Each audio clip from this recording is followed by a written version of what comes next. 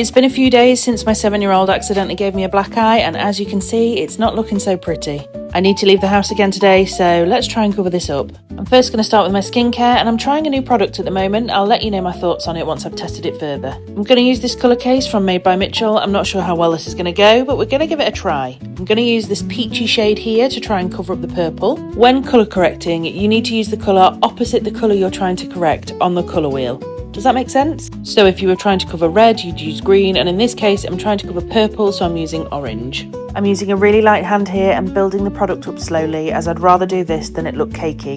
The goal here is not to make my eye look orange, but to make it look neutral. And as you can see, it's doing a pretty good job of covering it. Initially, I was really impressed with how well that worked. I also used a little bit of that underneath my eyes to correct my dark circles. I truly haven't had a decent night's sleep since my son was diagnosed with type 1 diabetes back in October. And last night was no exception because he decided to take his Omnipod pump off at 1 AM in the morning, which meant I was awake until 3. If I want to look remotely human today, I'm going to have to pull out the big guns. I first used my Maybelline Grippy Primer to help my makeup last all day. Now I am using the Moroder Colour Changing Foundation. Now you see her, now you don't.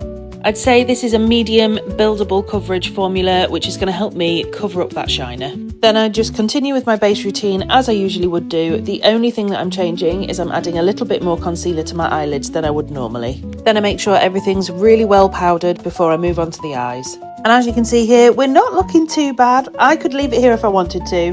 Obviously I'm extra, so I did a full eye look, but I'm also ADHD and I forgot to film any of it. I used my Ellis Atlantis and Blend Bunny Cosmetics palette, and I used cool tone shades to mimic the shape and colour left behind from the bruise before smoking everything out and adding a wing. Then I added some mascara and did a quick lip. Here's the finished look. Here's the finished look with hair. Don't mind the roots, I was off to the hairdressers anyway. Not usually one to toot my own horn, but you know what? I deserve a little toot for this one. I really did the damn thing.